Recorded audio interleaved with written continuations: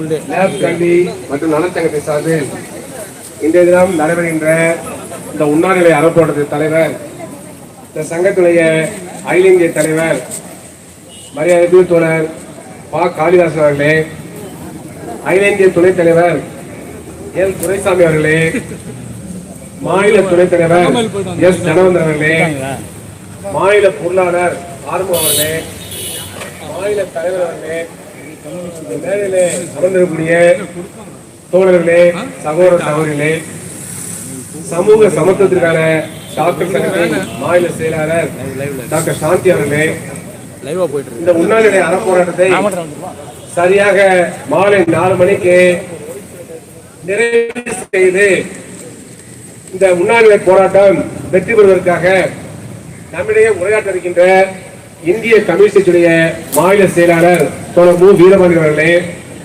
இங்க வந்து உங்க நண்பர்களே, உங்கள் அத்தனை பேருக்கும் சமூக சமத்துவத்திற்கான டாக்டர் சங்கத்தின் சார்பிலும் இந்திய கம்யூனிஸ்டுடைய மாநில செயற்குழு சார்பிலும் என்னுடைய வாழ்த்துக்களை தெரிவித்துக் கொள்கின்றேன். முதலில் கடந்த திமுக ஆட்சிக்கும் தற்போதைய தாவேக ஆட்சிக்கும் என்னுடைய மனமார்ந்த நன்றியை தெரிவித்துக் கொள்கின்றேன். ஏன்னு சொன்னால் 2000 லேப்டாப் விஷயல ஒன்னா திரட்டி உரையாற்றுவது பெரிய விஷயம். 2000 மேற்பட்ட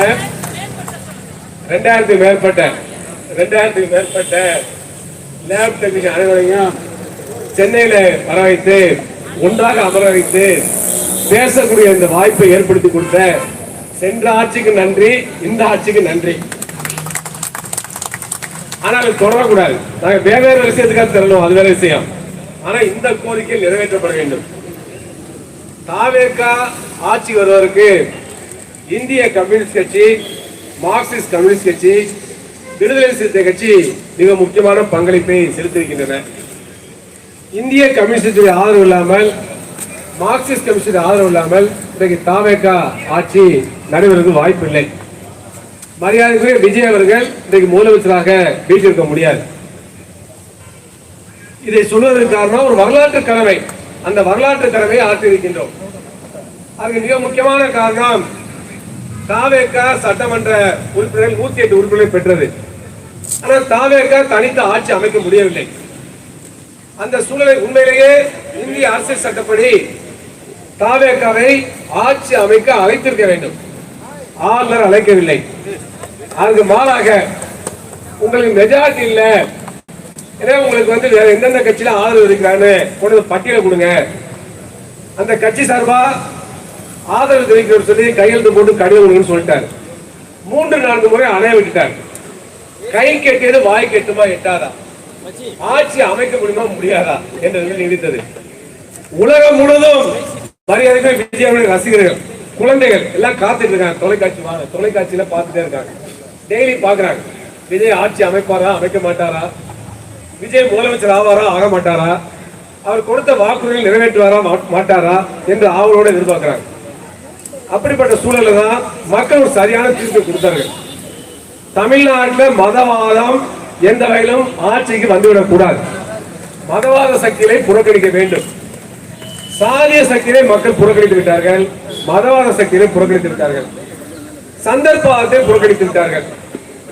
அதே போலவே இந்த கட்சி பல நலத்திட்டங்களை நடைமுறைப்படுத்தினாலும் கூட நம்முடைய அடிப்படையான பல பிரச்சனை தீர்க்கவில்லை. எனவே இதோ ஆட்சி வரக்கூடாது என்று சொல்லி தீர்ப்பு வழங்கி இருக்கிறார்கள். அது யாருக்கு உங்களுக்கு தெரியும். மதச்சார்பற்ற முற்போக்கு கூட்டணி தான் இந்திய கம்யூனிஸ்ட் சேர்ந்து தேர்தல் களத்தை கண்டது. சென்ற சட்டமன்ற தேர்தலில் 6 தொகுதி கொடுத்தாங்க. அதை 5ஆ குறைத்திருக்கார்கள். அது வேற யாருக்கும் கொடுத்துட்டாங்க. அதற்காக வந்து வேலை செய்யாமல் இந்திய கம்யூனிஸ்ட் சிறப்பாக வேலை செய்தது. ஆனாலும் கூட ஏன் மதச்சார்பற்ற முற்போக்கு கூட்டணி ஆட்சி அமைக்க முடியவில்லை? தமிழ்நாட்டில் 200 சீட்டு ஜெயிப்பா நானே பல ஊடகங்களில் பேசியிருக்கேன். தேர்தல் முன்பாக திமுக செய்த பல நலத்திட்டங்கள் காரணமாக மதச்சார்பற்ற முற்போக்கு கூட்டணி, திமுக தலைமையிலான முற்போக்கு கூட்டணி 200 இடங்களில் ஜெயிக்கும் பல ஊடகங்களில் பேசியிருக்கிறோம். முன்னாள் முதலமைச்சர் மு.க. ஸ்டாலின் அவர்கள் கூட பல ஊடகங்கள் அதான் சொன்னாங்க, 200 தொகுதியில் வெற்றி பெறும் சொன்னார். எல்லா கூட்டணி கட்சியிலும் அப்படிதான் நம்பினோம். ஆனா மக்கள் தீர்ப்பு எதிராக அமைந்திருக்கிறது. ஏன் திமுக ஆட்சி அமைக்க முடியவில்லை? ஏன் அதிமுக ஆட்சி அமைக்க முடியவில்லை? ஏன் சந்தர்ப்பவாத கட்சியை புறக்கணித்தார்கள்? ஏன் மதவாத சக்தியை மக்கள் புறக்கணித்தார்கள்? சாதிய சக்தியை ஏன் புறக்கணித்தார்கள்? எதற்காக தாவேக்காவுக்கு இந்திய கம்யூனிஸ்ட் கட்சி, மார்க்சிஸ்ட் கம்யூனிஸ்ட், விசிக, காங்கிரஸ் ஆதரவோடு ஆட்சி அமைக்க வேண்டும் என்று அவர்கள் வந்து வாக்களித்தார் என்பது மிகப்பெரிய கேள்விக்குறி. மக்கள் தீர்ப்பு அதுதான் சரியான தீர்ப்பு.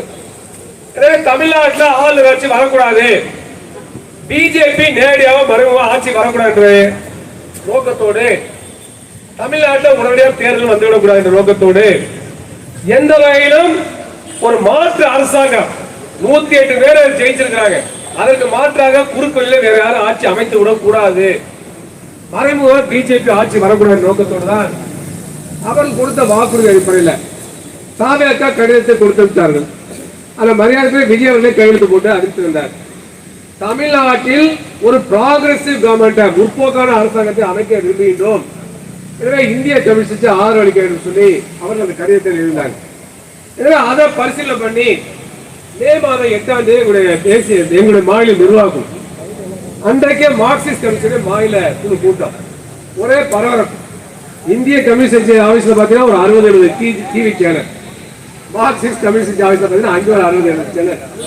ஏன்னா தமிழ்நாடு சேனல் மட்டும் இல்ல, நேஷனல் சேனலு, சர்வதேச சேனலு, ஏன்னா குறைத்து மதிப்பிட முடியாது. விஜய் அவர்களுக்கு சர்வதேச சேனலையும் மிகப்பெரிய ரசிகர் பட்டாளர் எல்லாரும் எதிர்பார்க்கிறாங்க. எனவே டிவி சேனல் வந்துக்கிறார். அப்படிப்பட்ட சூழ்நிலை தான் இந்திய கம்யூனிஸ்டையும் மார்க்சிஸ்ட் கம்யூனிஸ்டையும் ஒன்றாக இணைந்து பிசிகாவை நாங்கள் எடுத்த முடிவை ஆதரித்து தாவேகா ஆட்சி அமைக்க ஆதரவு தருவது என்று சொல்லி முடிவு செய்தோம். இந்திய கம்யூனிஸ்ட் கட்சியும் மார்க்சிஸ்ட் கம்யூனிஸ்ட் கட்சியும் அமைச்சரவையில் பங்கேற்பது இல்லை, வெளியில் இருந்து ஆதரிப்பது என்ற அடிப்படையில் முடிவு செய்து ஆதரவு தெரிவித்தோம். அவர்கள் வாக்குறுதி கொடுத்தார்கள், அவர் வேண்டிக் கொண்டார்கள், நீங்கள் அமைச்சர்கள் பங்கேற்கணும்னு சொன்னாங்க, நாங்கள் வேண்டாம் என்று சொல்லிவிட்டோம். எனவே அந்த அடிப்படையில் தமிழ்நாட்டில் எந்த வகையிலும் பிஜேபி ஆட்சி வந்துவிடக் கூடாது என்பதை வலியுறுத்தி தான் நாங்கள் அந்த தாவேகாவுக்கு வாக்குறுதி கொடுத்தோம். அன்றைக்கு இருந்து நிர்வாக குழுல என்ன முடிவு செய்து சொன்னால், தாவேகா மதச்சார்பின்மை உறுதியாக கடைபிடிக்க வேண்டும், தொழிலாளருக்கு எதிரான போக்கை கடைபிடிக்க கூடாது, உழைக்கும் மக்களுக்கு ஆதரவான கொள்கைகளை பின்பற்ற வேண்டிய அடிப்படையில் கண்டிஷன் போட்டு தான் ஆதரவு கொடுத்தோம். எனவே இன்றைக்கு அந்த ஆட்சி நடைபெற்றுக் கொண்டிருக்கிறது. எனவே எனக்கு முன்னாள் பேசுகின்ற பாலா கூட சொன்னார், நீங்க வாபஸ் சொன்னா செஞ்சுருவாங்க, அதுவெல்லாம் அல்ல, அது சந்தர்ப்பவாதம்.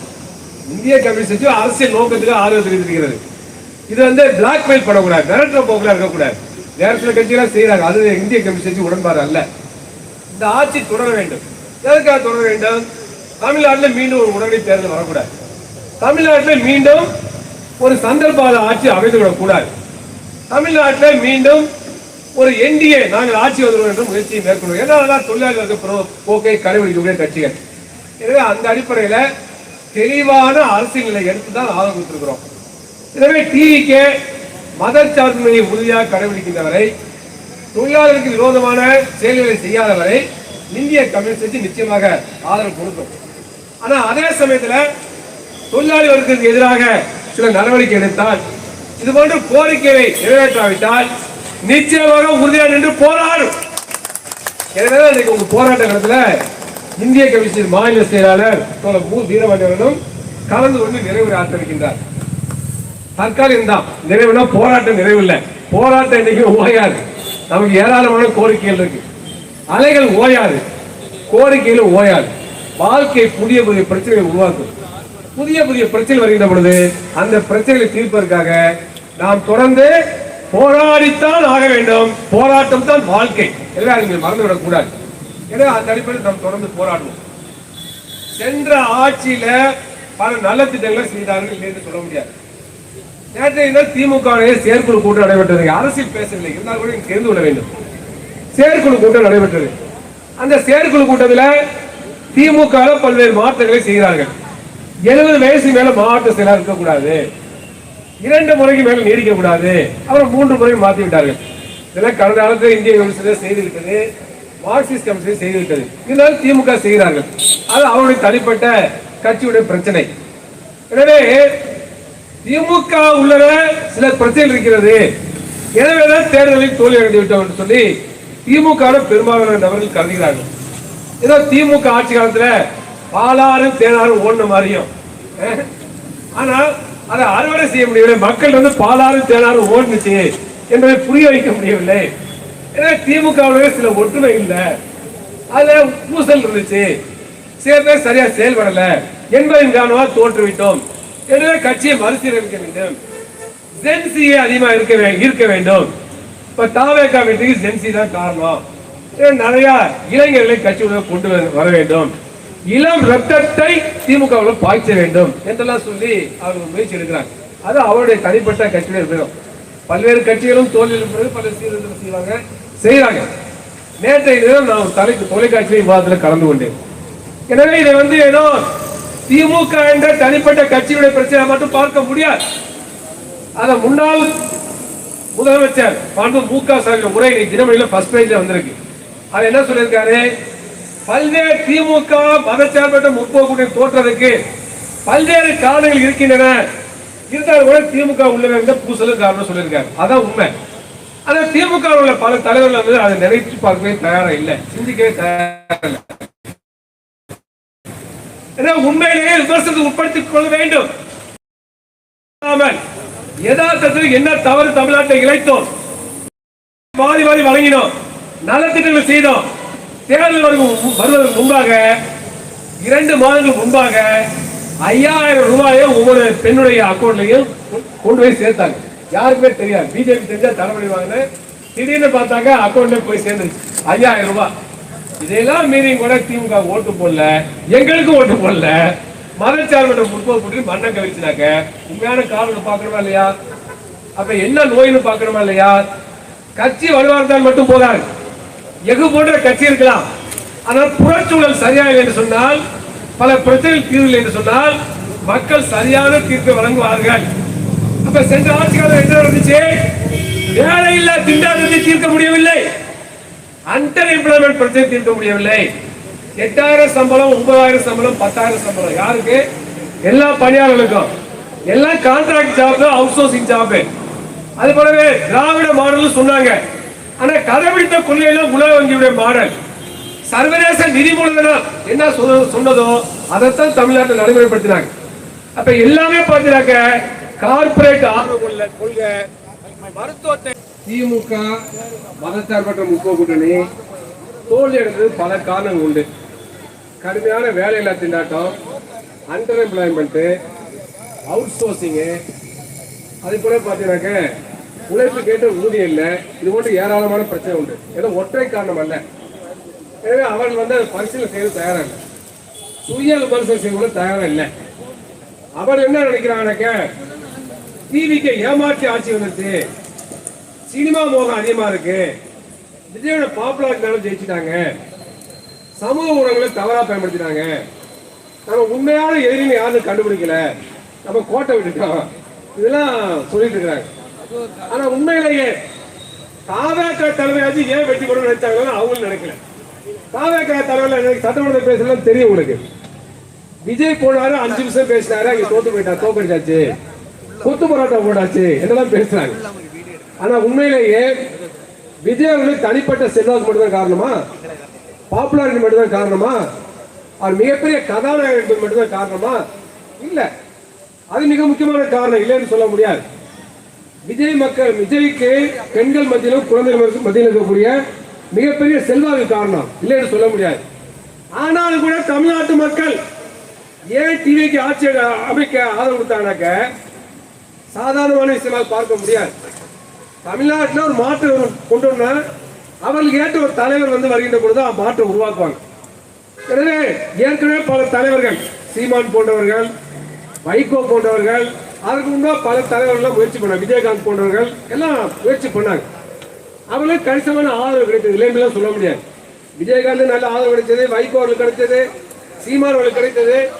அதனால் மக்கள் பெரிய அளவுக்கு வாக்களித்து ஆட்சியை உட்கார அனுமதிக்கவில்லை. ஆனா அதே சமயத்துல டிவிக்காவுக்கு முதல் தேர்தலில் ஏற்கனவே 35% மேல வாக்கு. என்ன காரணம்? சலிப்பு. தமிழ்நாட்டில் இருக்கக்கூடிய இந்த இரு கட்சி ஆட்சி முறைக்கு மாற்றாக மக்கள் புதியதை விரும்புகிறார்கள். அதுக்கு என்ன காரணம்? நீண்ட காலமாக இருக்கக்கூடிய சலிப்பு. அந்த சலிப்பு உணர்வு ஏற்கனவே இருக்கிறது. அவ்வாறு இருக்கக்கூடிய சூழல்ல ஒரு புதிய சக்தியாக, நம்பிக்கை ஒரு சக்தியாக வெற்றி பெறுவார் என்று மக்கள் நம்பியின் காரணமாக அவங்களுக்கு ஆட்சியை அமைக்க அந்த வாக்கை அளித்தார் என்பதை பார்க்க வேண்டிய அவசியம். இது இந்திய வரலாற்றில் மாபெரும் சாதனை. யாரும் கட்சி அமைத்து 2 ஆண்டுகள் ஆட்சி வந்ததே கிடையாது. முதல் அட்டம்ப்ட்ல வந்தது கிடையாது. மிகப்பெரிய சாதனை. இதெல்லாம் சொல்றது காரணம் இருக்கு.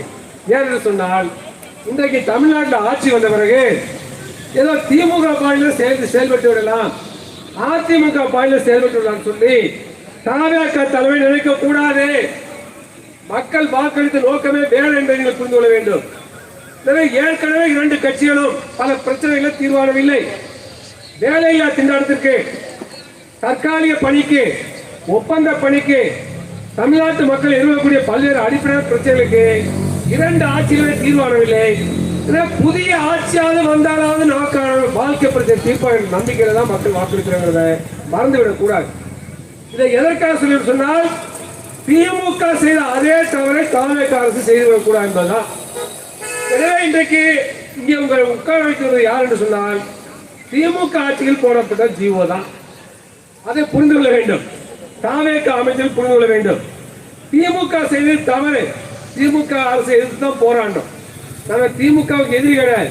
ஆனா அதே சமயத்தில் திமுக அரசு கடைபிடித்த சிறிய ரத்த பரிசோதனை போக்கை கண்டித்துதான் நாங்கள் திமுக ஆட்சி காலத்தில் ஏராளமான போராட்டங்களை நடத்தியிருக்கின்றோம். திமுக உறுப்பினர்களும் கலந்துக்கிட்டாங்க, திமுக ஆதரவாளர்களும் கலந்துக்கிட்டாங்க, பரம்பரை திமுக அந்த போராட்டங்களை கலந்து கொண்டார்கள், கட்சி சார்பட்டு கலந்து கொண்டார்கள். இன்றைக்கு பேசியவங்க பல பேர் டிவிக்கு இருப்பீங்க, பல பேர் ஏடிஎம்கே இருப்பீங்க, பல பேர் டிஎம்கே இருப்பீங்க, பல பேர் காங்கிரஸ் இருப்பீங்க, பிஜேபி இருப்பீங்க. இல்லை என்றெல்லாம் சொல்ல முடியாது. ஆனால் நமது வாழ்வாதாரம், நமது கோரிக்கை வருகிற பொழுது நாம் ஒன்றாக சேர்ந்து போராடினால்தான் வெற்றி பெற முடியும். எனவே இது நமக்கு கட்சி பாகுபாடு கிடையாது. நம்ம இந்த கட்சியில் உள்ளவங்க தான் சங்கத்தில் இருக்கணும்னு சொல்றோமா? இல்ல. பிஜேபி இருக்கிறவங்க இருக்கக்கூடாது சொல்றோமா? இல்ல. ஆர்எஸ்எஸ் இருக்கக்கூடியவங்க பேராமெடிக்கல் லேப் நடத்துறதுல இருக்கக்கூடாது சொல்றோமா? இல்ல. அவர்களும் லேப் டெக்னீஷியன் தான். எனவே இன்றைக்கு உட்கார்ந்துருக்கோம்னா பிஜேபி ஒரு காரணம், நம்ம உட்கார்ந்து பிஜேபி ஒரு காரணம். ஆனாலும் கூட பிஜேபி சேர்ந்தும் போராட்டங்களுக்கு வந்திருக்கோம், அதை மறந்துவிடக் கூடாது. எனவேதான் இதை எதற்காக சொல்ல சொன்னால், தாவேக அரசு மருத்துவத்துறை பணியாளருடைய கோரிக்கையில உணர்ந்து கொள்ள வேண்டும், நியாயத்தன்மை உணர்ந்து கொள்ள வேண்டும். பழைய ஆட்சி கடைபிடித்த அதே கொள்கையை கடைபிடிக்க கூடாது என்பதுதான். ஆனா என்ன யதார்த்தமான நிலைமை, சென்ற ஆட்சியில் என்ன கொள்கையை கடைபிடித்தார்களோ அதே கொள்கையை தான் நீ கடைபிடிச்சிட்டு இருக்கிறாங்க தான் வருத்தமான விஷயமா இருக்கு. அப்ப இதே கொள்கையை கடைபிடித்தால் எந்த அளவுக்கு மக்கள் உங்களை ஆதரவோடு ஆட்சியில் அமர வைத்தார்களோ அதே வேகத்தோடு ஆட்சியை விட்டு அகற்றி விடுவார் என்பதை சுட்டிக்காட்ட கடமைப்பட்டிருக்கின்றோம். நிச்சயமா இந்திய கம்யூனிஸ்ட் கவிழ்த்து விடாது. ஆனால் மக்களுடைய கோரிக்கையை நிறைவேற்றாவிட்டால் நிச்சயமாக மக்கள் சரியான தீர்ப்பை எதிர்காலத்தில் வழங்குவாங்க. மிகப்பெரிய ஆட்கள் வரலாற்றில் தோற்றுவிக்கிறார்கள் என்பதை மறந்துவிடக் கூடாது.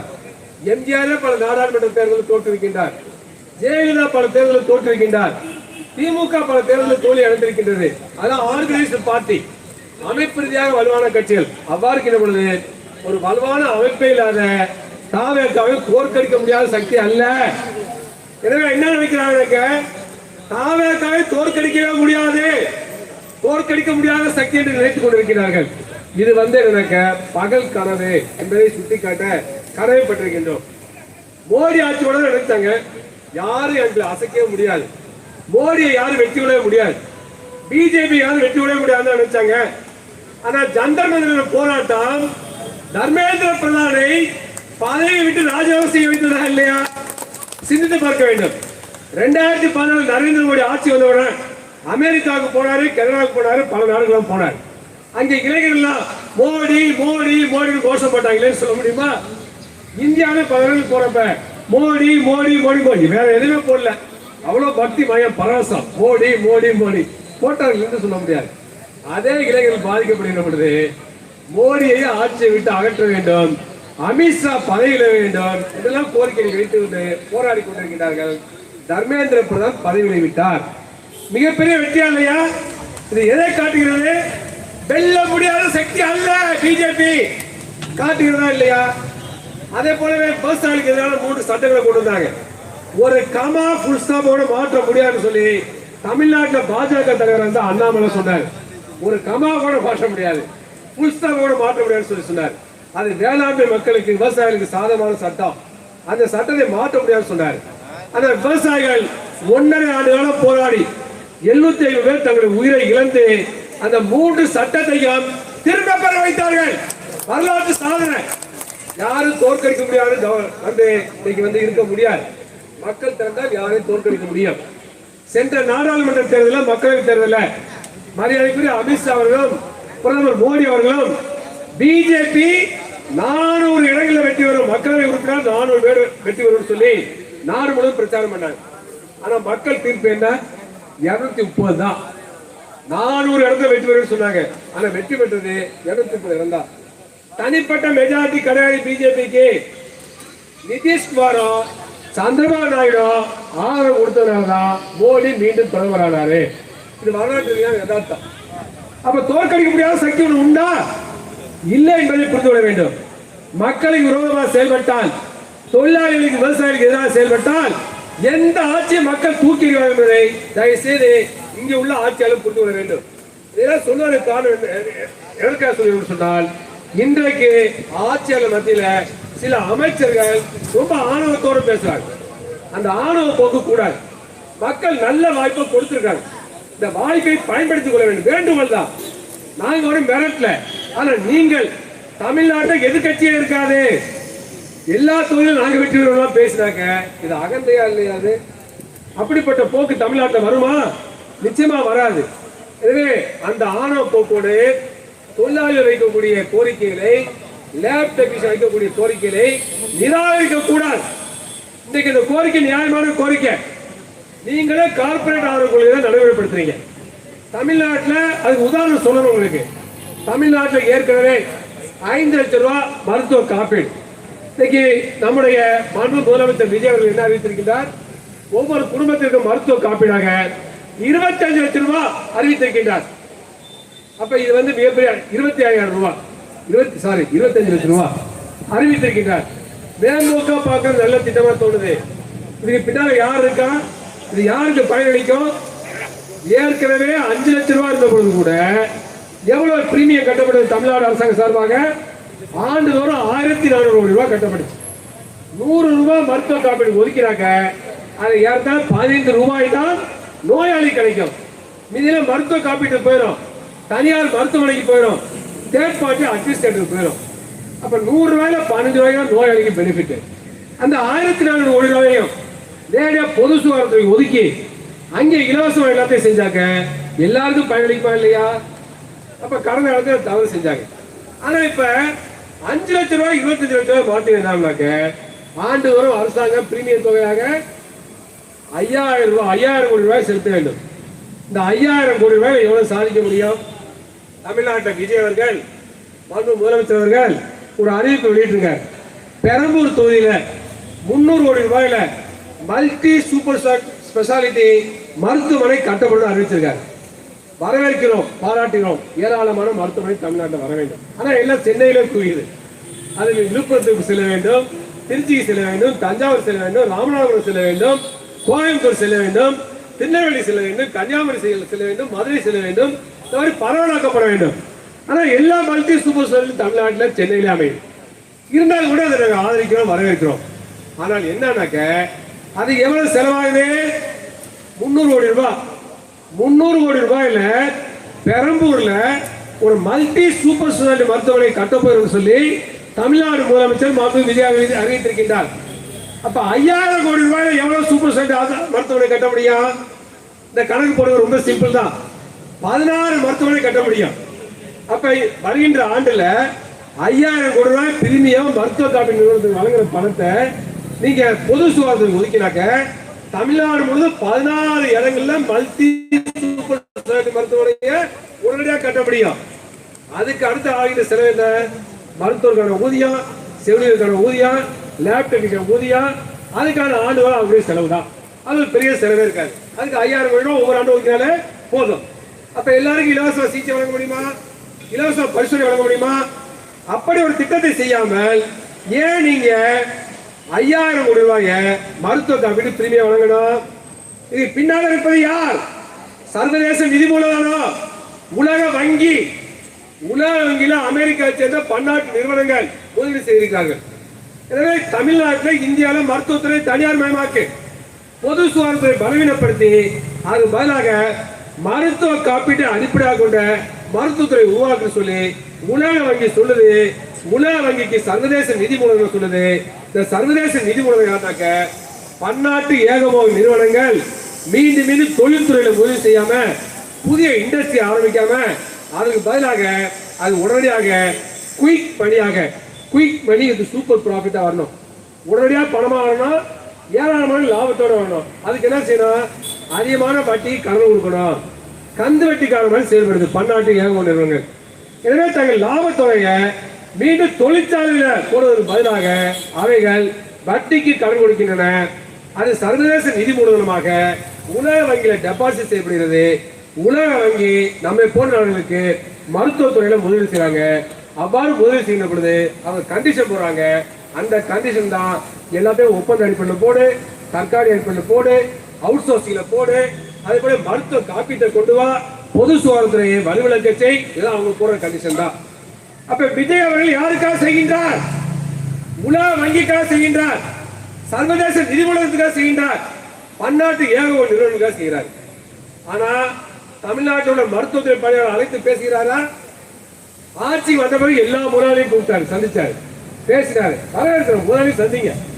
எல்லா நடிகர்களையும் சந்திச்சாரு, பேசினாரு. வரவேற்கிறோம், நட்பு, நீண்ட கால திரைத்துறையோடு நட்பு, வரவேற்கிறோம். எல்லாரும் பாருங்க, எந்த தொழிற்சங்கத்தை பார்த்தாரா? லேப் டெக்னீஷியன் அழைத்து பேசினாங்களா? மருத்துவர்கள் அழைத்து பேசினாரா? செவிலியர்கள் அழைத்து பேசினாரா? அப்ப என்ன கருதுகிறார்? மோடி இந்த நாட்டுடைய செல்வாதாரத்தை படைப்பது அதானி அம்பானி நம்புறார். இந்தியாவுடைய செல்வாதாரத்தை படைப்பவர்கள் பெரிய பெரிய கார்பரேட் முதலாளிகள் மோடி நம்புறாரு. அதை போன்ற பொருளாதார குழுவோடு நம்முடைய விஜய் வந்து சிந்திக்கின்றார். இந்தியாவுடைய செல்வாதாரத்தை படைப்பதே முதலாளி அல்ல, தொழிலாளி தான். தொழிலாளி இல்லாம முதலாளி கிடையாது. பெட்டியில் இருக்க பணம் மூலதனம் ஆகாது, வெறும் தொழிற்சாலை மூலதனம் ஆகாது, வெறும் நிலம் மூலதனம் ஆகாது. பெட்டியில் உள்ள பணத்தை எடுத்து வந்து தொழிற்சாலை ஆரம்பித்து அந்த தொழிற்சாலைக்கு தொழிலாளிய உழைப்பு சக்தி விலைக்கு வாங்கி, கூலியை கொடுத்து விலைக்கு வாங்கி அதை உற்பத்தி நடவடிக்கையில ஈடுபட வைத்து, தொழிலாளிக்கு உழைப்பு கேட்ட ஊதியம் இல்ல, உழைப்புக்கு ஊதியத்தை கொடுக்கல, உழைப்புக்கு சம்பளத்தை கொடுக்கல, ஒவ்வொரு தொழிலாளிகளும் உழைப்பு சக்திக்கு தான் ஊதியத்தை கொடுக்குறாங்க. அந்த உழைப்பு சக்தி சந்தையில அதுவும் ஒரு கமாடிட்டி, அதுவும் ஒரு விற்பனை பொருள். ஒவ்வொரு தொழிலாளிகளும் இருக்கக்கூடிய உழைப்பு சக்தி விலைக்கு வாங்கி முதலாளி தொழிற்சாலை ஆரம்பிச்சு உற்பத்தி நடவடிக்கையில அவருடைய உழைப்பை பயன்படுத்துகின்றார், தொழிலாளர்கள் உழைப்பை பயன்படுத்துகிறார். ஆனா முழுமையான உழைப்புக்கு ஊதியத்தை கொடுக்கல. 8 மணி நேரம் வேலை செஞ்சாங்க, 4 மணி நேரத்துக்கு மட்டும்தான் ஊதியத்தை கொடுக்குறாரு. மீதி 4 மணி நேரத்துக்கு ஊதியத்தை கொடுக்காமல் அவருடைய உழைப்பு சக்தியை பயன்படுத்தி உற்பத்தி நடத்துகின்றார். அது ஊதியம் கொடுக்கப்படாத உழைப்பு நேரத்தில் உருவாக்கப்பட்டது. அது உபரி உழைப்பு நேரம், அது உபரி மதிப்பு. அதுதான் காரணமாக சொன்னாரு, உபரி மதிப்பு கோட்பாட்டு சொன்னார். அப்ப என்ன தெரிஞ்சு சொன்னாக்க, வெறும் பணம் மூலதனமாக முடியாது. எப்ப பணம் மூலதனமாகும் சொன்னாக்க, ஒரு தொழிலாளியின் உழைப்பு சக்தியை வாங்கி விலைக்கு வாங்கி அவருடைய உழைப்பை பயன்படுத்தி உபரி மதிப்பை படைக்கின்ற பொழுதுதான் மூலதனம். உபரி மதிப்பை படைக்காத எதுவுமே மூலதனங்களின் காரணமாக சொல்லியிருக்காரு. அப்ப நான் என்ன சொல்றேன்னாக்க, மோடியுடைய கருத்து தவறா சரியா? மூலதனத்தை படைப்பது யார்? தொழிலாளி தான். தொழிலாளிகள் உழைப்பு சக்தி இல்லாமல் எந்த செல்வாதாரமும் இல்லை.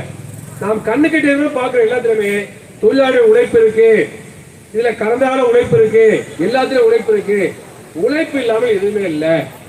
உழைப்பாளியுடைய உழைப்போட உலகம் செயல்பட முடியும், முதலாளி இல்லாமல் உலகம் செயல்பட முடியும். ஆனா தொழிலாளி இல்லாமல் உழைப்பாளர் இல்லாமல் உலகம் செயல்பட முடியாது. பல சோசியலிச நாடுகள் முதலாளி கிடையாது. ஆனா அங்கே தொழிற்சாலை இருக்கு, அங்கே எந்திரங்கள் இருக்கு, அங்கே உற்பத்தி நடவடிக்கை இருக்கு. ஆனா முதலாளி கிடையாது. எனவே முதலாளி இல்லாமல் உற்பத்தி செய்ய முடியும், முதலாளி இல்லாமல் மூலதனம் இல்லை. மூலதனம் முதல் என்ற வார்த்தை முதலாளித்துவத்துக்கு சொந்தமானது. இந்தியாவில் சோசியலிச சமுதாயம் படைக்கப்பட்டால் மூலதனம் என்ற வார்த்தைக்கே வேலை கிடையாது. மூலதனம் வரை காலி ஆகி போயிடும். முதல் என்ற வார்த்தைக்கு வேலை கிடையாது. முதலாளி என்ற வார்த்தையே இருக்காது. லாபம் என்ற வார்த்தையே இருக்காது. கொள்ளை என்ற வார்த்தையே இருக்காது. உபரிமதிப்பு என்ற வார்த்தையே இருக்காது. இந்த எல்லாமே முதலாளித்துவ சொந்தமான முதலாளித்துவ சமூகத்துக்கு சொந்தமான வார்த்தை. இதை எதற்காக சொல்லுன்னு சொன்னால், உண்மை இவ்வாறு இருக்கிற பொழுது, யதார்த்தம் இவ்வாறு இருக்கிற பொழுது மோடி என்ன நினைக்கிறாருன்னா, அம்பானியும் அதானியும் நாட்டுடைய செல்வாக்கு தான் படிக்கிறார் நினைக்கிறாரு. இது அப்பட்டமான உண்மைக்கு மாறான பொய். அதே போலவேதான் நம்முடைய முதலமைச்சரும் ஏன்னா தமிழ்நாட்டில் இருக்கக்கூடிய பெரிய முதலாளிகள் தான் எல்லா விதமான தமிழ்நாட்டு செல்வாதாரத்தின் காரணம் என்று சொல்லி கருதுகிறார். எனவே முதலாளிகள் அழைத்து பேசுகிறார், நம்மை போன்ற சங்கங்களை அழைத்து பேசவில்லை.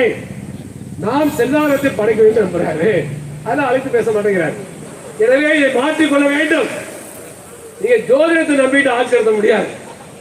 என்னன்னு கேட்டாக்க, டிவிக்கு பேர் வச்சதுக்கு யார் காரணம் சொல்றப்ப அந்த ஜோதிடர் சொல்றாரு, ஒருத்தர் நான் தான் தாவேக்கான பேர் வச்சேன், அதனால வெற்றி பெற்று சொல்றாரு. அதனால வெற்றி பெற்றுச்சா ஜோதிடம் தானே, அது பேர்ல. எனவே ஜோதிடத்தில் நம்பிக்கையோட இருங்க, இல்லைன்னு சொல்லவில்லை. அது அறிவியல் கிடையாது, தனிப்பட்ட என்னுடைய கருத்து. ஆனா உங்கள் நம்பிக்கை இருக்கலாம், முதலமைச்சர் நம்பிக்கை இருக்கலாம். ஆனால் ஜோதிடத்தை நம்பில ஆட்சி நடக்கக்கூடாது. இது வந்து தவறான போக்கு. அப்படிப்பட்ட போக்கை நீங்கள் கைவிட வேண்டும். எனவே இன்றைக்கு சங்கங்கள் வைக்கக்கூடிய கோரிக்கைகளை கூர்மையாக ஆராய்ந்து அதை நிறைவேற்ற வேண்டும். எனவே சர்வதேச நிதி மூலதனம், உலக வங்கி வைக்கக்கூடிய கோரிக்கையை நீங்கள் நிறைவேற்றக்கூடாது. இப்ப நம்மளையும் பாதிக்குது. ஏற்கனவே பேட்டி சொன்னோம், தமிழ்நாட்டில் இல்லங்கள் தோறும் சென்று இரத்த பரிசோதனை மேற்கொள்ளப்படும் அறிவித்திருக்காங்க. வரவேற்கத்தக்க திட்டம், பாராட்டப்பட வேண்டிய திட்டம். யாரை வைத்து செய்ய போறீங்க? பிரைமரி ஹெல்த் சென்டர் உள்ள லேப் டெக்னீஷியன் மூலம் செய்ய போறீங்களா, அல்லது ஹெல்த் அண்ட் வெல்னஸ் சென்டர் மூலமா இருக்கக்கூடிய லேப் டெக்னீஷியன் மூலம் செய்ய போறீங்களா, இல்ல சிறிய ரத்த பரிசோதனை நடத்துகிறீங்க நீங்க 20,000 லேப் இருக்கு, அதை வைத்து செய்ய போகிறாரா? எந்த அபிப்பிராயத்தை வந்ததா? இல்ல. அதுக்கு மாறாக நம்முடைய தோழர் விஜயகுமார் தான் காமிச்சாரு. தமிழ்நாட்டில் மட்டும் இல்ல, இந்தியா முழுவதும் பெரிய பெரிய மருந்து உற்பத்தி நிறுவனங்கள், டோரண்ட் போன்ற நிறுவனங்கள்லாம், லூபின் போன்ற நிறுவனங்கள்லாம் என்ன செய்யறாங்க? இந்தியா முழுவதும் செயின் ஆஃப் லேப் உருவாக்குறாங்க. உங்கள் எதிரி யாரு? Pharmaceutical company. நம்ம சாதாரண கோரிக்கை வச்சிருக்கிறோம், மருந்து கடையில் லேப் டெஸ்ட் பண்ணக்கூடாது. மருந்து கடையில் லேப் டெஸ்ட் செய்யக்கூடாதா? ஆனா மருந்து கடையில் லேப் டெஸ்ட் பண்ணக்கூடாதுன்னு சொல்றோம். ஆனா பன்னாட்டு மருந்து உற்பத்தி நிறுவனங்கள் லேபையே வைக்கிறாங்க, செயின் ஆஃப் லேப. எப்படிப்பட்ட மோசடி போக்குது? அப்ப யார் நம்முடைய வாழ்க்கைக்கு வேட்டு வைக்கிறார்? மருந்து கடையில் யார் வேட்டு வைக்கிறாங்க? பார்மசூட்டிக்கல் கம்பெனி தான். அப்ப லூபின் வைக்கிறது, டோரண்ட் வைக்கிறது, எல்லாம் இணையத்தில் அனுப்பிச்சிருக்காரு. எல்லாத்தையும் குரூப்ல ஷேர் பண்ணுங்க. ஷேர் பண்ணிட்டீங்களா? ஷேர் பண்ணுங்க, அப்ப நீங்க தெரிந்து கொள்ள வேண்டும். எனவே நாளைக்கு வந்து நம்ம விஜயகுமார் நடத்தக்கூடிய அல்லது தனவந்தர் நடத்தக்கூடிய லேப்ல போயிட்டு, இந்த பகுதியில் குரோம்பேட்டில எல்லாம் பிரைமரி ஹெல்த் சென்டர் கிடையாது, உங்களுக்கு நாங்கள் கான்ட்ராக்ட் தரோம், நீங்க இந்த பகுதியில் வீட்டுக்கெல்லாம் போங்க, வயசானவங்களாம் நீங்க வந்து டெஸ்ட் பண்ணுங்க, மாதம் செக் போட்டு உங்களுக்கு பணத்தை கொடுத்தோம்னு சொன்னாங்களா? அந்த மாதிரி சொன்னா நம்ம வரவேற்கலாமே. ஆனா அதுவெல்லாம் திட்டத்தின் நோக்கம் இந்தியா முழுவதும் ஒரே குடைக்குள்ள மருத்துவத்துறை கொண்டு பல அமைப்புகள் இருக்கு, பல கார்பரேட் நிறுவனங்கள் இருக்கு. அவர்களே கார்பரேட் மருத்துவம் நடத்துறாங்க, அவங்களே மருத்துவ காப்பீடு நடத்துறாங்க, அவங்களே பெரிய லேப் நடத்துறாங்க, அவங்களே தமிழ்நாடு முழுவதும் இந்தியா முழுவதும் மெடிக்கல் ஸ்டோர் நடத்துறாங்க, அவர்களே தமிழ்நாடு முழுவதும் இந்தியா முழுவதும் லேப் நடத்துறாங்க. பேர் சொல்ல வேண்டாம், உங்களுக்கே தெரியும். தமிழ்நாடு முழுவதும் ரத்த பரிசோதனையும், தமிழ்நாடு முழுவதும் கிளினிக்கல் லேபு, தமிழ்நாடு முழுவதும் மருந்து கடை, தமிழ்நாடு முழுவதும் மருத்துவமனை, இது போன்ற ஒரே குடையின் கீழே பெரிய பெரிய நிறுவனங்கள் இன்றைக்கு மருத்துவத்துறையை ஆக்டோபஸ் மாதிரி ஆக்கிரமிச்சிருக்கு. அப்ப அப்படிப்பட்ட நிறுவனங்கள் தான் உங்களுடைய வாழ்க்கையையும் பாதிக்கக்கூடிய நிலையை உருவாக்குகிறார் என்பதை தயவுசெய்து இங்க வந்திருக்கக்கூடிய தோழர்கள், நண்பர்கள் புரிந்து கொள்ள வேண்டும். அதுக்காக அவர்கள் பேசுறோம். எனவே அந்த அடிப்படையில் இன்றைக்கு தாவேக அரசும் கொள்கை தவறான கொள்கை. எனவே அந்த கொள்கையை தாவேக அரசு மாற்றிக்கொள்ள வேண்டும், வலியுறுத்தி கேட்டுக்கொள்கின்றோம். பொது சுகாதாரத்தை வலுப்படுத்த வேண்டும். அதே சமயத்தில் சிறிய லேபுகள், சிறிய கிளினிக் எல்லாம் காப்பாற்ற வேண்டிய பொறுப்பு வந்து தமிழ்நாடு அரசு இருக்கு. கார்பரேட் ஆதரவான கொள்கைகளை தமிழ்நாடு அரசு கடைபிடிக்க கூடாது. அண்மையில ஒரு அமைச்சரை சந்திச்சார், நம்முடைய கோரிக்கையெல்லாம் வைத்தோம். தமிழ்நாட்டில் நீங்க ஹெல்த் பவுண்டேஷன் கொண்டு வரீங்க, திமுக ஆட்சி காலத்தில் கொண்டு வந்தார் ஹெல்த் பவுண்டேஷன். ஏற்கனவே அரசு மருத்துவமனை இருக்கு, புதிய ஹெல்த் ஃபவுண்டேஷன் என்று சொல்லி நம்ம கேள்வி கேட்டோம். ஹெல்த் ஃபவுண்டேஷனாலே அரசு மருத்துவமனையை தனியாருக்கு கொடுக்கணும்னு அர்த்தம். கார்பரேட் சோசியல் ரெஸ்பான்சிபிலிட்டி அடிப்படையில் கார்பரேட் நிறுவனங்களும் நல்ல மனசுள்ளவங்களா அரசு மருத்துவமனையை நடத்துவதற்கு நிதி கொடுங்க, அது மூலமா அரசு மருத்துவமனை நடத்துறோம்னு சொல்லக்கூடிய திட்டம்னு மிக தெளிவாக முன்னாள் அமைச்சர் மா சுப்பிரமணியன் சொல்லிவிட்டார். இன்றைய ஹெல்த் மினிஸ்டர் சொல்லிட்டார். எனவே ஹெல்த் ஃபவுண்டேஷன் நல்ல திட்டமா, கார்பரேட் நிறுவனம் வாரி வாரி வழங்குவாங்களா, நம்மள வேணாலும் 100 ரூபா 50 ரூபா கூட கொடுக்கலாமா? அது மட்டும் இல்ல, நீங்க எந்த மருத்துவமனைக்கு விருப்பப்பட்டு கொடுக்கலாமா அங்கே கொடுக்கலாமா? ராஜீவ் காந்தி மருத்துவமனை கொடுக்கலாம் 100 ரூபாய்னு அதே சொல்லி கொடுக்கலாமா? இல்ல ஸ்டான்லி கொடுக்கலாம் சொன்னா அதே சொல்லி கொடுக்கலாமா? அப்ப அப்படிப்பட்ட நல்ல திட்டமா? நான் கேட்கிறேன், 5000 கோடி ரூபாய் பிரீமியமா நீங்க ஹெல்த் இன்சூரன்ஸ் கம்பெனி கொடுத்துட்டு மக்கள்கிட்ட பிச்சை மருத்துவமனை எடுத்தோம்னாக்க முரண்பாடா இல்லையா? அது இப்ப இந்த 5000 கோடி ரூபாய் யார் அனுபவிக்க போறா? மோடி அரசாங்கம் சென்றான்னு என்ன பண்ணிட்டாங்க, மருத்துவ காப்பீட்டு திட்டத்திலையும் ஃபாரின் டைரக்ட் இன்வெஸ்ட்மெண்ட் 100 விழுக்காடு அனுமதிக்கணும்னு சொல்லிட்டாங்க. அப்ப இந்தியா முழுவதும் மருத்துவ காப்பீடு துறையில வெளிநாட்டு காப்பீட்டு நிறுவனங்கள் 100 விழுக்காடு அவங்க இன்வெஸ்ட் பண்ணலாம். அப்ப இந்தியாவில் மருத்துவ காப்பீடு நிறுவனத்துல 100% பங்கையும் வெளிநாட்டு மருத்துவ காப்பீடு நிறுவனம் வாங்கிடலாம்.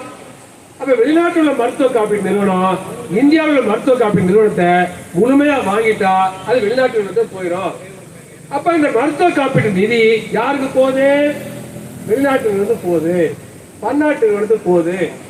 எனவே இன்றைக்கு உலகத்தில் உள்ள மருத்துவத்துறை கட்டுப்படுத்துறது யாருனாக்க மெடிக்கல் இண்டஸ்ட்ரியல் காம்ப்ளெக்ஸ், மருத்துவ தொழில்துறை கூட்டமைப்பு. இந்த மருத்துவ தொழில்துறை கூட்டமைப்புல 3 பெரிய நிறுவனங்கள் இருக்கு. ஒன்று பார்மசூட்டிக்கல் கம்பெனி, பன்னாட்டு ஏகபோக மருத்துவ உற்பத்தி நிறுவனங்கள். அதுக்கடுத்து மருத்துவ உபகரணை செய்யக்கூடிய நிறுவனங்கள். 3வது மருத்துவ காப்பீடு நிறுவனங்கள். அப்ப அமெரிக்காவிலையும் பிரிட்டன்லையும் கனடாவில் இருக்கக்கூடிய மருந்து உற்பத்தி நிறுவனங்கள், மருத்துவ காப்பீட்டு நிறுவனங்கள், மருத்துவ உபகரண scan, CT scan, MRI scan, இது போன்று உற்பத்தி செய்யக்கூடிய நிறுவனங்கள். இந்த 3 சேர்ந்து இணைந்துதான் மெடிக்கல் இண்டஸ்ட்ரியல் காம்ப்ளெக்ஸ், மருத்துவ தொழில்துறை கூட்டமைப்பு. இந்த கூட்டமைப்பு இந்தியா போன்ற நாடுகளில் முழுமையாக மருத்துவத்துறை கட்டுப்படுத்த முயல்கின்றன. அதற்கு ஏற்ப அவை வலியுறுத்தி உலக வங்கி மூலமாக நம்முடைய தேசிய நலக் கொள்கை 2017 உருவாக்கி இருக்காங்க. அந்த தேசிய நலக் கொள்கை 2017 இந்தியாவில் எல்லா திட்டங்களையும் பிபிபி மாடலில் நடைமுறைப்படுத்த சொல்றாங்க. எனவே தமிழ்நாடு அரசு பிபிபி மாடலில் இன்றைக்கு நடைமுறைப்படுத்துகிறது. எனவேதான் இன்றைக்கு அந்த லேப் டெக்னீஷியன் வீடுதோறும் சென்று ரத்தம் சேகரிப்பது, பரிசோதனை செய்வதையும் தமிழ்நாடு அரசு பிபிபி மாடலில் செய்கிறது. அரசு தனியார் பங்களிப்பு மூலமாக செய்யப்படுகிறது. அப்ப யாருடைய சூழ்ச்சி? உலக வங்கி சூழ்ச்சி என்பதை தெரிந்து கொள்ள வேண்டும். எனவே கடந்த கால ஆட்சிகள் ஆட்சியை விட்டு போனதுக்காகவே உலக வங்கி தான். திமுக உடை வைத்தது திமுக கிடையாது, உலக வங்கி சர்வதேச நிதி மூலதனம். அதனாலதான் தோற்று போனீங்க. இந்த உண்மையை மறைக்கிறீங்க, இந்த உண்மையை சொல்ல மாட்டேங்கிறீங்க. திராவிட மாடல் சொல்லிட்டு உலக வங்கியும் அமெரிக்காவும் சர்வதேச நிதி மூலமும் சொன்னதை நடைமுறைப்படுத்திய விளைவுதான் இன்னைக்கு திமுக ஆட்சி விட்டு போயிடுச்சு. அதே போல தானாக ஆட்சி வந்ததும் அவருடைய தவறான கொள்கையை இவர்களாச்சும் திருத்துவாங்க என்ற அடிப்படையில் தான் மக்கள் உங்களுக்கு வாக்களித்திருக்காங்க. எனவே அந்த கொள்கையை நீங்கள் மாற்றிக்கொள்ள வேண்டும், பொது சுகாதாரத்தை வலுப்படுத்த வேண்டும், சாதாரண சிறிய லேபரெல்லாம் காப்பாற்ற வேண்டிய அவசியம் இருக்கு. அதை விடுத்து பல பாணியில் சென்றால் மிக மோசமான விளைவுகளை தமிழ்நாட்டில் தாவேக அரசு சந்திக்கின்றதை சொல்லிக்கொள்ள கடமைப்பட்டிருக்கின்றோம். அதே போலவே இன்னைக்கு மருத்துவத்துறையில பார்த்தீங்கன்னாக்க இந்த புதிய அரசு எதிர்பார்த்தது மாறாக செயல்படுறாங்க. நீங்க என்ன சொன்னீங்க? தமிழ்நாட்டில் முற்போக்கான அரசாங்கத்தை உருவாக்க நாங்கள் ஆதரவு கேட்கிறோம் சொன்னீங்க. ஆனா தமிழ்நாட்டில் அபார்ஷன் செய்யக்கூடாது ஒரு சபாநாயகர் பேசுறாரு. சட்டப்பேரவை தலைவர் அபார்ஷன் செய்யக்கூடாது, குழந்தை கடவுள் கொடுத்த பரிசுன்னு சொல்றாரு. குழந்தை கடவுள் கொடுத்த பரிசா? நான் கேட்கிறேன். சபாநாயகர் சொல்றாரு குழந்தை கடவுள் கொடுத்த பரிசு, அபார்ஷன் செய்யறது உரிமையில சொல்றாரு. உலகத்திலேயே கருக்கலைப்புல மிக முற்போக்கான சட்டம் 1977 எம்டிபி ஆக்ட். அந்த சட்டம் தான் முற்போக்கான சட்டம். பெண்களுக்கு மருத்துவ ரீதியான பாதிப்போ கருவுல இருக்கக்கூடிய சிசுக்கு மருத்துவ ரீதியான பாதிப்பு இருந்தால் 26 மாசம் வரை கூட கருக்கலைப்பு செய்வதற்கு இந்தியாவுடைய சட்டம் அனுமதிக்குது. இது பெண்களுக்கு சாதகமானது. உலகத்திலே முதல்ல அபார்ஷனை சட்டப்பூர்வமா அங்கீகரித்த நாடு சோவியத் யூனியன் தான். கருக்கலைப்பை சட்ட ரீதியாக அனுமதித்த நாடு சோவியத் யூனியன். பெண்களுக்கு முழுமையான இனப்பெருக்க உரிமை வழங்கிய நாடு சோவியத் யூனியன். எப்ப குழந்தை பெற்றுக்கணும், எவ்வளவு இடைவெளி விடணும், எப்படிப்பட்ட கருத்தடை சாதனை கடைபிடிக்கணும், அபார்ஷன் பண்ணலாமா வேண்டாமா என்ற முழுமையான உரிமை வழங்கிய நாடு சோவியத் நாடு. அதுக்கு பிறகு இந்தியாவில் தான் முற்போக்கான சட்டம். உங்களுக்கு தெரியும், 2012 சவிதா என்று சொல்லக்கூடிய இந்தியாவை சேர்ந்த ஒரு பல் மருத்துவர், அவர் அயர்லாந்தில் வாழ்ந்தார். அவருடைய கர்ப்பப்பையில் இருக்கக்கூடிய 18 வார குழந்தை இறந்து விட்டது. இறந்த பிறகு அதை கருக்கலைப்பு செய்ய வேண்டும். ஆனால் அந்த நாட்டுடைய சட்டம் கருக்கலைப்புக்கு எதிரான சட்டம். எனவே சவிதா அந்த நாட்டில் அயர்லாந்தில் இருக்கிறப்ப கருக்கலைப்பு செய்யாததன் மூலமாக கருப்பையில இறந்த குழந்தையை சுமந்து கொண்டே இருந்ததுனால செப்டிசிமியா இறந்து போயிட்டார். உலகம் முழுவதும் மிகப்பெரிய கொந்தளிப்பை ஏற்படுத்திச்சு. அது பேர் அயர்லாந்து சட்டத்தை மாத்தினாங்க, திருத்தம் பண்ணாங்க. உலகம் முழுவதும் எழுந்த போராட்டம். அப்ப அயர்லாந்து இருந்த பிற்போக்கான சட்டம் மாற்றப்பட்டது. அவ்வாறு உலக வரலாறு இருக்கின்ற பொழுது இந்தியாவில் ஒரு முற்போக்கான சட்டம் இருக்கின்ற பொழுது இந்த முற்போக்கான சட்டத்தின் காரணமாக பேறுகால தாய்மாரோட இறப்பு விகிதம் குறைந்த பொழுது இன்றைக்கு தமிழ்நாட்டுடைய ஒரு சட்டப்பேரவை தலைவர் அபார்ஷன் கூடாது, ஒரு கருணை கூடிய சிசுவை கொல்லக்கூடாது, அதுக்கு மாறாக அது கடவுள் கொடுத்த வரம் என்று சொன்னால், கடவுள் கொடுத்த பரிசு என்று சொன்னால் இதை எவ்வாறு மதிப்பீடு செய்வது? பிற்போக்கா இல்லையா? இதான் முற்போக்கு ஆட்சியா? நாங்கள் கேட்க வேண்டும். பிற்போக்கான ஒரு முடிவு இது, ஒரு கருத்து இது, அதை திரும்ப பெற வேண்டும். அவர் தான் அப்படி சொல்றாருனாக்க அறநிலைத்துறை அமைச்சர் ஒரு சின்ன பையன் அமைச்சர் வாழ்த்துகிறோம், பாராட்டுகிறோம். ஆனா அவர் என்ன சொல்றாரு, அம்மை போட்டவர்களுக்கு மாரியம்மன் கோயில்ல தனியா இருப்பிடம் கட்டுறாங்களா, அதுக்கு 1.5 கோடி ரூபாய் பணம் ஒதுக்குறாங்க. எதுக்கு? மாரியம்மன் கோயில்ல அம்மை வந்தவர்கள் தனியாக இருப்பதற்கு 1.5 கோடி ரூபாய். அப்ப மாரியாத்தாவுக்கும் சிக்கன் பாக்ஸுக்கும் தொடர்பு இருக்கா? அமைச்சர் பதில் சொல்லுவாரா? இது எப்படிப்பட்ட கொள்கை? இது சிக்கன் பாக்ஸ் தடுப்பூசி போட்டா தடுக்கலாம், 1.5 கோடி ரூபாய் நாங்க ஒதுக்குறோம், எல்லா குழந்தையும் தடுப்பூசி போட சொன்னா வரவேற்கத்தக்கது. ஆனா அம்மை வந்த பிறகு மாரியம்மன் கோயில தான் வைக்கிறது. எப்படிப்பட்ட மோசமான கொள்கை இது? விஜய் கண்டிக்க வேண்டாமா? முதலமைச்சர் இந்த நிதி ஒதுக்கீடு செய்யக்கூடாது, இந்த தவறு சொல்ல வேண்டாமா? இந்த அறிவியலுக்கு புறமானதா இல்லையா? மருத்துவ ரீதியாக தவறு அல்லவா? தடுப்பூசி இருக்கிறது அல்லவா? சிக்கன் பாக்ஸ் தடுப்பூசி இருக்கு ரமேஷ் தெரியுமா? அவர் அமைச்சர் ரமேஷ் தானே. ரமேஷ் தெரியுமா தெரியாதா? நம்முடைய மக்கள் நலத்துறை தெரிந்த ஒரு மருத்துவர், அவர் IRS வேற, அவர் தடுக்கணுமா வேண்டாமா? இன்னைக்கு டாக்டர் அருண்ராஜ் இந்த தலைவரமா வேண்டாமா? எப்படிப்பட்ட பிற்போக்கான நிலைமை? இதை ஏற்றுக்கொள்ள முடியாது. தமிழ்நாடு அரசு ஒரு பக்கம் கார்பரேட் ஆர்வம் சாதனை செய்வது, இன்னொரு புறம் முற்போக்குன்னு சொல்லிட்டு பிற்போக்கான நடவடிக்கை மேற்கொள்கிறது. அது பெண்களுக்கு எதிராக இருக்கு, குழந்தைகளுக்கு எதிராக இருக்கு, மருத்துவ அறிவியலுக்கு எதிராக இருக்கு. இதை ஏற்றுக்கொள்ள முடியாது. எனவே தாவேக அரசு இந்த கோரிக்கையை பரிசீலிக்க வேண்டும். இந்த ஏற்கனவே டாக்டர் சாந்தி அந்த கோரிக்கையை விவரமா பேசிட்டாங்க. அதனால அந்த கோரிக்கை மேல நான் திரும்ப பேசவில்லை. யாரு டெஸ்ட் பண்ணாங்களோ அவங்க தான் பரிசோதனை பண்ணணும். அதாவது எதார்த்தம், நான் ஒரு ஆபரேஷன் பண்ணா ஆபரேஷன் யார் கையெழுத்து போடணும்? நான் தானே போடணும். இன்னொரு டாக்டர் போட்டா ஏத்துக்குவாங்களா? ஏத்துக்கொள்ள மாட்டாங்க. அது சட்ட ரீதியாக தவறு. அப்ப யாரு பரிசோதனை பண்ணாலும் அதான் செய்யணும். நான் என்ன கேட்கிறேன், இன்னைக்கு இந்த லேப் டெக்னிக் என்ன செய்யணும் சொல்றீங்களே, சயின்ஸ் அண்ட் டெக்னாலஜி வளர்ந்துட்டு இருக்கு, 4th டெக்னாலஜி ரெவல்யூஷன் வாழ்ந்துட்டு இருக்கோம். இதெல்லாம் அமைச்சர் பெருமக்களுக்கு புரிய வேண்டாமா? நாளைக்கு லேப் டெக்னீஷியன் வேண்டாம், ஆர்டிபிஷியல் இன்டெலிஜென்ஸ் மூலமாக முழுமையாக எல்லா ரத்த பரிசோதனையும் ஒரு எந்திரமே செஞ்சிடும், ஏஐ மூலமாக ஆட்டோமேட்டிக்கா. அப்ப அதுக்கு யார் கையெழுத்து போடுறது சொல்லுங்க? யார் கையெழுத்து போட போறீங்க? அதுக்கு என்ன விதிமுறை சொல்லுங்க? அப்ப ஆர்டிபிஷியல் இன்டெலிஜென்ஸ் மூலமாக இன்றைக்கு பல நாடுகள்ல மருத்துவமனை வந்துருச்சு. சைனால டார்க் இண்டஸ்ட்ரி வந்துச்சு. அங்க யாருமே தொழிற்சாலை வேலை செய்ய வேண்டாம், தொழிற்சாலை இரவு வேலை செய்யும். அதுபோல டார்க் இண்டஸ்ட்ரி, இரவு நேரத்தில் தொழிலாளி வேலை செய்யறது லைட் வேணும். மனிதர்கள் இல்லாம வேலை செய்யணும், எந்திரங்களே வேலை செய்யறதுக்கு லைட் வேணும். அதுக்கு லைட் தேவையில்லை. அப்ப சைனாவில் எந்திரங்களே இரவு நேரத்தில் உற்பத்தி பண்ணுறது ஆர்டிபிஷியல் இன்டெலிஜென்ஸோட. அப்ப அது பேரு டார்க் இண்டஸ்ட்ரி. அது வந்துருச்சா இல்லையா? அதே போலவே சைனாவில் ஆர்டிபிஷியல் இன்டெலிஜென்ஸ் மூலமாக மருத்துவமனை வந்துருச்சு. அங்க எல்லாமே செவிலியர் ஆர்டிபிஷியல் இன்டெலிஜென்ஸ், மருத்துவ ஆர்டிபிஷியல் இன்டெலிஜென்ஸ். பில்கேட் சொல்லிட்டார், அடுத்த 10 ஆண்டுகள்ல 80 விழுக்காடு டாக்டருக்கு வேலை இருக்காது, 80 விழுக்காடு டீச்சர் வேலை இருக்காது, கார் டிரைவருக்கு வேலை இருக்காது. அதையெல்லாம் மீறி இலான் மஸ்க் இன்னும் போயிட்டாரு. மெடிக்கல் காலேஜே தேவையில்லை. மெடிக்கல் காலேஜே வேஸ்டியா, நான் டாக்டர் உருவாக்க போறேன், எல்லாம் ஆர்டிபிஷியல் இன்டெலிஜென்ஸ் செயல்படக்கூடிய மனித இயந்திரங்கள் டாக்டர் வரப்போகுது. எனவே no more medical college, medical college is irrelevant, medical school is irrelevant அப்படின்னு யார் சொல்லிட்டா? இலான் மஸ்க் சொல்லிட்டாரு. அப்ப இப்படிப்பட்ட காலகட்டத்தில் அந்த மருத்துவர்கள் நாளைக்கு ஏஐயோட ஒரு மனித எந்திரம் வந்து அறுவை சிகிச்சை நடக்குதா இல்லையா? மூட்டு மாட்டு அறுவை சிகிச்சையா டாக்டர் செய்யக்கூடாது. நீங்க வந்து ரோபாட்டிக் சர்ஜரி பண்ணணும். ரோபாட்டிக் சர்ஜரி என்ன இருக்கு? ஆர்டிபிஷியல் இன்டெலிஜென்ஸ் இருக்கு. அப்ப செயற்கை நுண்ணறிவோட ரோபோட் மனித எந்திரங்கள் அறுவை சிகிச்சை மக்களை கேட்கிறாங்க. அப்ப முழுமையாக மருத்துவர்களே மெடிக்கல் காலேஜே வேண்டாம், மனிதர்களே வேண்டாம், எல்லாமே எந்திரங்களா வந்துடும் காலகட்டத்தில் யாரு கையெழுத்து போட போறா சொல்லுங்க? அப்ப இன்றைக்கு அறிவியல் தொழில்நுட்பம் மாறிட்டு இருக்கு. அப்படிப்பட்ட ஒரு காலகட்டத்தில் நீங்கள் சாதாரண சிறிய ரத்த பரிசோதனை ஒழிக்கிற நோக்கத்தோட அதை டாக்டர் தான் கையெழுத்து போடணும், எம்எஸ்சி முடிச்சதான் கையெழுத்து போடணும்னா இதெல்லாம் அவுட் டேட். எனவே இது வந்து எந்த இடத்துலையும் ரிலவென்ட் கிடையாது.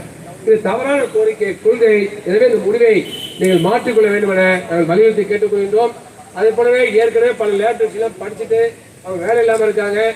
அங்கீகரிக்கப்பட்ட நிறுவனமா இல்லையா என்பதை தெரிவிக்க வேண்டிய பொறுப்பு அரசுக்கு இருக்கு. அரசு அவ்வாறு தெரிவிக்காத காரணமாக பல அங்கீகரிக்கப்படாத நிறுவனங்களை படிச்சுட்டு பல பேர் அரசு வேலையும் கிடைக்கல, தனியார் வேலை செய்ய முடியவில்லை. அப்படிப்பட்டவர்களுக்கு ஒரு குறுகிய கால பயிற்சியை கொடுத்து அவர்கள் லேப் டெக்னீஷியன் அங்கீகரிக்கப்பட்டு தனியார் லேபிளாச்சும் பணியாற்றக்கூடிய சூழலை, சட்ட ரீதியாக பணியாற்றக்கூடிய சூழலை உருவாக்க வேண்டும். நார்மலா தரத்தை பத்தி பேசுறீங்க, ஆனா மகாராஷ்டிராவில் ஹோமியோபதி டாக்டர் செய்யும் மகாராஷ்டிரா மெடிக்கல்ஸ் சேர்ந்து பதிவு பண்றாங்க. அப்ப ஹோமியோபதி டாக்டர்ஸ் அறுவை சிகிச்சை செய்யலாம், ஆயுள் டாக்டர்ஸ் அறுவை சிகிச்சை செய்யலாம்னு கொண்டு வரீங்க.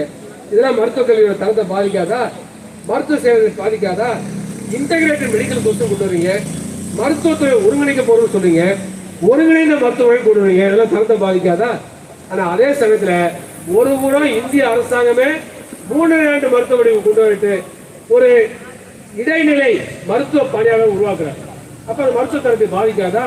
இப்போ மாவட்ட சுகாதார சங்கம் மூலமாக எல்லா மாவட்ட மருத்துவமனைகளையும் நீங்க பாத்தீங்கன்னாக்க இடைநிலை மருத்துவ பணியாளர் போடுறாங்க.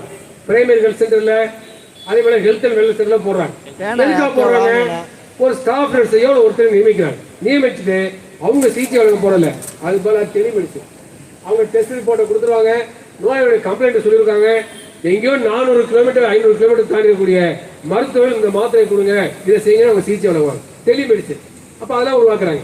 அவ்வாறுலாம் இருக்கின்ற பொழுது ஒரு அங்கீகரிக்கப்படாத கல்வியிடத்துல லேப் டெக்னீஷியனை படித்து விட்டு 15 ஆண்டு 20 ஆண்டு லேப் டெஸ்ட் பணியாற்றக்கூடியவர்கள் லேப் டெஸ்ட் பண்ணக்கூடாதுன்னு சொன்னாக்க இது முரண்பாடா இருக்கா இல்லையா? முரண்பாடுகள் மொத்தம் உருவமான மோடி அரசாங்கம் இருக்கு. அதே போல இங்க விஜய் அரசாங்கம் உருவாக்கிட்டு இதை ஏற்றுக்கொள்ள முடியாது. எனவே அழைத்து பேச வேண்டும். இதெல்லாம் எப்ப உங்களுக்கு தெரியும்? எங்களை ஒரு ஆளை பேச்சுவார்த்தை கூப்பிடுங்க, பாயிண்டா வைக்கிறோம். அதுக்கு பிறகு இல்ல இல்ல நீங்க பேசுறது தப்புன்னு சொல்லுங்க, ஏத்துக்கிறோம். நீங்க என்ன செய்யறீங்க தப்பு நாங்க சொல்லுவோம்ல, அப்ப அதையும் மாத்துங்க. நவீன அறிவியல் மருத்துவத்துல யார் வேணாலும் எந்த பணி இருந்தாலும் சிகிச்சை ஒன்றிய சொல்லிடுச்சு. தேசிய மருத்துவ ஆணைய சட்டத்தில் 2019 கொண்டு வந்தாங்க. மாடர்ன் மெடிசனோட தொடர்புடைய யார் வேண்டாலும் மருத்துவ சிகிச்சை செய்யலாம். யார் கொண்டு வந்தா? மோடி அரசு தானே. 2019 ஆக்ட்ல கொண்டு வந்தீங்களே.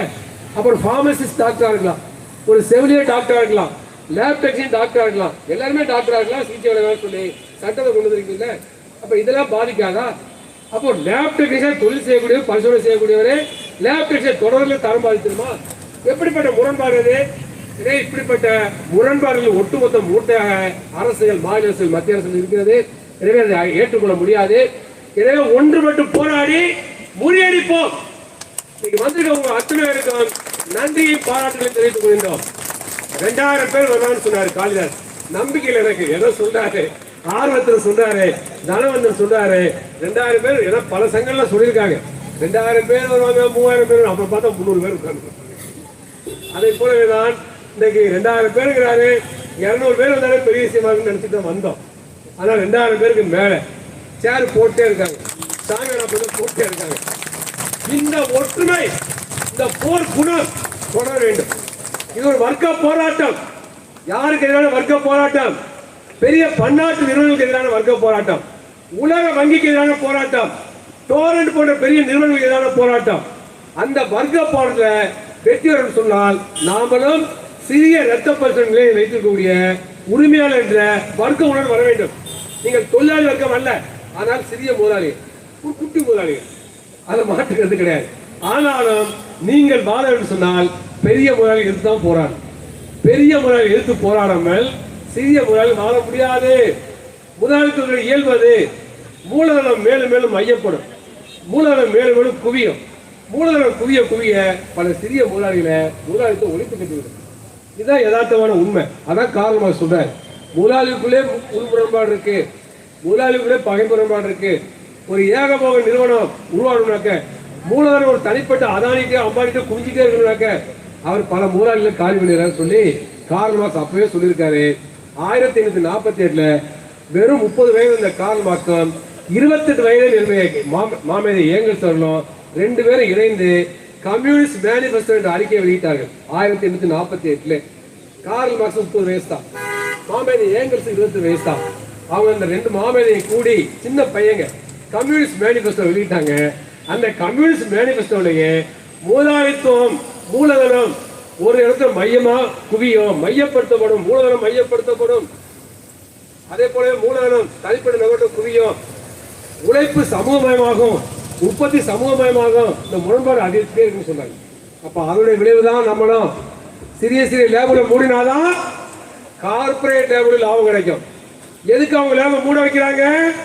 டோரண்டோ லேபுக்கு லாபம் வேணும். அதே போல தனிப்பட்ட நிறுவனம் நடத்தக்கூடிய லேபுக்கு கல்லா கட்டணும், நிறைய லாபம் வரும். அந்த நிறுவனங்கள் ஒன்னோடு மோதிக்கும், அது ஒரு விஷயம். ஆனால் அவர்கள் உங்களை ஒழித்து கட்டினால்தான் லாபத்தை ஈட்ட முடியும். அப்ப உங்களை எதிரியாக பார்க்கிறார்கள், நீங்கள் ஒரு நண்பராக பார்க்க முடியாது. உங்களுடைய எதிரி பன்னாட்டு ஏக நிறுவனங்கள், பெரிய லேபுகள், பெரிய டெஸ்ட் பண்ணக்கூடிய நிறுவனங்கள், அது உங்களுடைய வாழ்வாதாரத்தை இன்னைக்கு பாதிக்க செய்கின்றன, வாழ்வாதாரத்தை அழிக்க நினைக்கின்றன, உங்கள் கழுத்திலே கத்திய வைக்கின்றன. அதை விடக்கூடாது. அதற்கு எதிரான வர்க்க போராட்டம் இந்த வர்க்க போராட்டம். எனவே நீங்கள் வர்க்க உணர்வோடு அணிதிரள வேண்டும். தொடர்ந்து நடத்தக்கூடிய போராட்டங்கள் அனைவரும் வர வேண்டும். கோரிக்கை நிறைவேற்றப்படாவிட்டால் உங்களுடைய சங்கம் அடுத்த கட்ட போராட்டத்தை அறிவிக்க வேண்டும். அது பிரம்மாண்டமான போராட்டம் இருக்க வேண்டும். தமிழகத்தை மட்டுமே அல்ல, இந்தியாவே ஒட்டுமொத்தமாக இருக்க வேண்டும். அப்படிப்பட்ட போராட்ட களமாக நீங்கள் அமைக்க வேண்டும் என கேட்டுக்கொள்கிறேன். அதே போலவே நான் பேச வருவதற்கு முன்பாக ஆந்திராவிலிருந்து சர்மா காளிதாஸ் சொல்ல மறந்தாரு. சர்மா என்ற உங்க லேப் டெக்னிக் சங்கம் அங்கே வச்சிருக்காரு. அவர் உங்களுடைய கூட்டத்துக்குலாம் வருவார். நான் உட்கார்ந்து ஃபேஸ்புக்கில் எடுத்து உங்க போட்டோ போட்டேன். இன்னும் சிறிது நேரத்தில் பேராமெடிக்கல் லேப் கல்வி நலத்திட்டத்துடைய உண்ணாநிலை போராட்டம் தூங்க இருக்குன்னு போட்டேன். தூங்க இருக்குனாலே 10:15 10 மணிக்கு போட்டேன். ஏன்னா மீடியாவில் வரணுங்கிறதுக்காக போட்டேன். அவர் ஆந்திராவில் அதை பார்த்துருக்காரு, விஜயவாடா நினைக்கிறவர், விஜயவாடா. அங்கிருந்து என்னோட ஃபேஸ்புக்கை பாட்டு உடனே போனேன். சார், டாக்டர் சார், நல்ல போராட்டத்தை முன்னெடுக்கிறீங்க. எங்க சங்க சார்பாக ஆந்திரா சார்பா உங்க வாழ்த்துக்களை தெரிவித்து அங்கே சொன்னார். இருங்க போன வச்சாங்க. பக்கத்தில் அகில இந்திய தலைவர் காளிதாசன் இருக்காரு, அவர்கிட்ட பேசி வாழ்த்துக்களை சொல்லுங்க. அவர்கிட்ட போன கொடுத்தே காளிதாசன் பேசினார். காளிதாசன் பாராட்டுகளை சொன்னார். அவர் சொல்ல மறந்தார்.